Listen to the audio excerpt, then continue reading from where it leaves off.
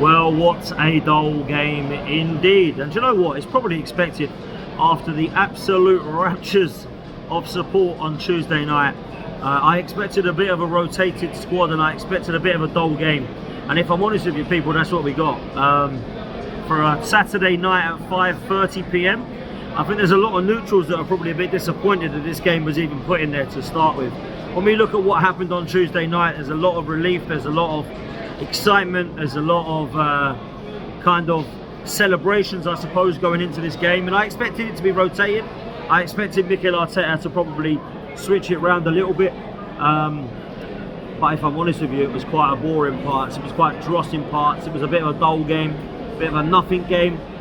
And it felt like that. It really does feel now like the players and the manager has accepted that this league title is something we've got to dream about next season. And to be honest with you, it's probably real to do that.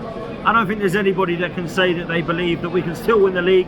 I think it's done and dusted, and I don't think there's anybody that would imagine that Liverpool will crumble at this point. I think it now puts them something silly like 14 or 15 points now ahead of Arsenal.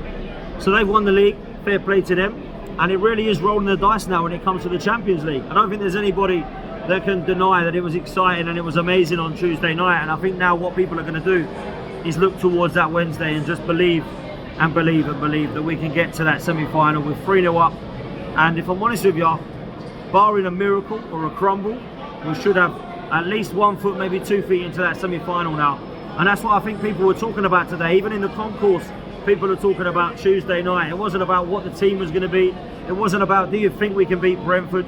It wasn't about, do you believe that Thomas Frank's done a good job? It was the wow. Do you know what? Arsenal have got 1 foot into the semi-final of the Champions League. And you could tell by Arteta's team selection that actually what it was Arsenal were looking at Wednesday night.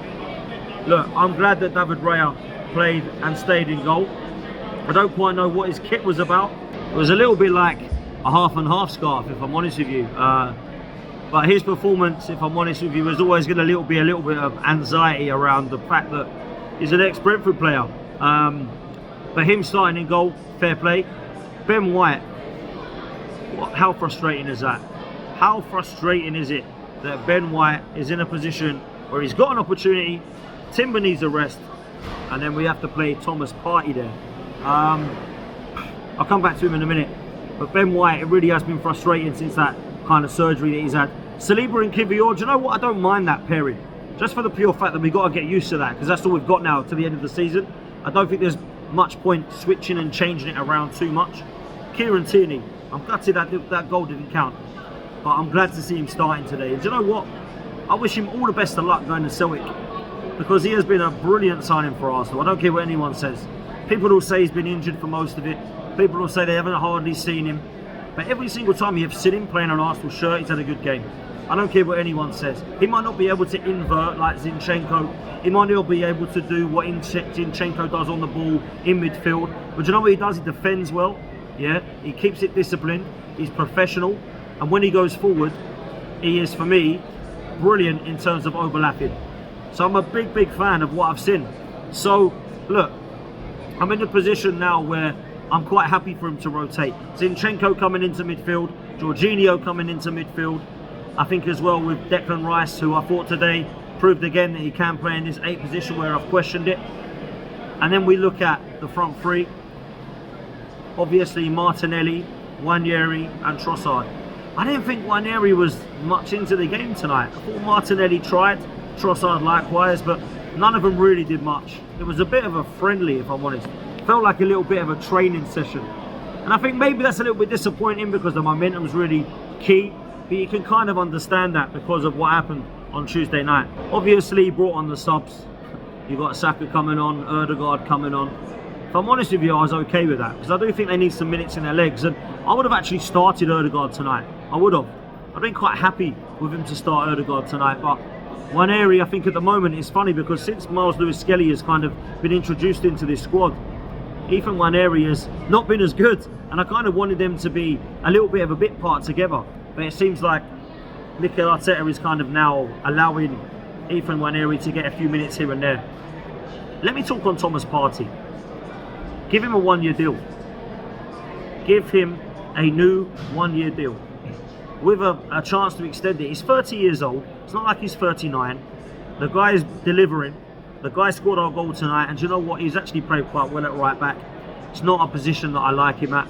We haven't won a game there when he's played there, and again, we haven't won today. But he was pivotal to our goal, and I just love him on the football. I just think he's a very good footballer. And I looked at him on Tuesday night, and I thought, you're underrated for your position, you know. You're actually one of the best sixes in the world when you look at who's around that position. He's not in the Rodri level, and I don't think that he can be looked at in terms of a Sergio Busquets or perhaps a Patrick Vieira of all time. But certainly when you look at what Thomas Partey's done at Arsenal, he's been phenomenal. Every time he's played, he's been phenomenal. And a little bit like Kieran Tierney, I suppose, that he's had the injuries, so people will say, hang on a minute, calm down. But I've been very, very impressed with Thomas Partey, and I think his position right now, it's a position that I look at and think, do you know what? I'd take you 100% for another season. If you want to believe that Jorginho is going and off to Brazil, that's cool. We can't get rid of everybody in midfield, because already we need some kind of strength in depth, we need some surgery in midfield, we need to bolster it. I think Thomas Partey, to be fair, has been our best midfielder this season. Declan Rice has been great in the last few games, the last couple of months. I think he's got back to his best. But he's one of the cogs. We need a Thomas Partey in there. And I'll say this, if we do get a Zubimendi, which I'll be more than happy to get, I hope he's better than Partey. And if he isn't, I'm not so sure that we can upgrade on Partey so easily. People are quite happy for Partey and Jorginho to leave because obviously they're coming to the end of their contracts. They're in their 30s and it's like goodbye. But when players get to 30, it's like we're done now. See you later. They can't play anymore. I think Partey and even Jorginho at times today has proven that they can. And I want to put a little bit of respect on Jorginho's name because he's come in at £12 million and he's delivered. Whether it's a Patrick Vieira performance, maybe not. But when you look at what he's done and what he's delivered and what he's brought to Arsenal, it's been a scenario where he's come in and been a squad player and he's been called and rotated upon and had a very good game for Arsenal. Even last season, when you look at what he did against Manchester City and Liverpool, I thought he was one of our best players. So we really need to be serious and honest with ourselves about what we're going to do in that midfield in the summer. The last thing I will say is this. There's a real opportunity for Arsenal to go all out and throw the eggs in the basket for this Champions League. That's what we've now got to do. The Premier League's done. We've known it's done for a while. What I want to see now is every single player fit, the rotation correct by Mikel Arteta, which today I give him credit for. I want to see an opportunity for us to go all out in this competition. It's going to be difficult. Real Madrid, it's not over. If you get PSG or Villa, it's going to be different for two different things. PSG have got an unbelievable midfield and front line. Then you've got an unbelievable team in Aston Villa that Unai Emery has got a lot of history with us with. Then there's a scenario where we potentially could get Barcelona or Inter Milan. I'm not going to say we're going to get to the final yet, but if we do, I think Barcelona may get there, but Inter Milan, do not sleep on them. Defensively, they're unreal. I think they've conceded like a ridiculous amount of goals in the Champions League. It's like 5 goals they've conceded in all of the Champions League so far. They've got a defensive unit that's set up to do well. And when you look at it, Arsenal may struggle against that. Let's get through the Real Madrid game first, then we can start dreaming. Go to look forward to PSG or Villa, and then if we can get through that, go to look forward to the final. Everybody wants Barcelona in the final for redemption and revenge against 2006 Barcelona. I really pray that we can get to that final. Right now, we've got to concentrate on Madrid. Do me a favour, people, hit the like, hit the subscribe, and we'll see you next time. Big up.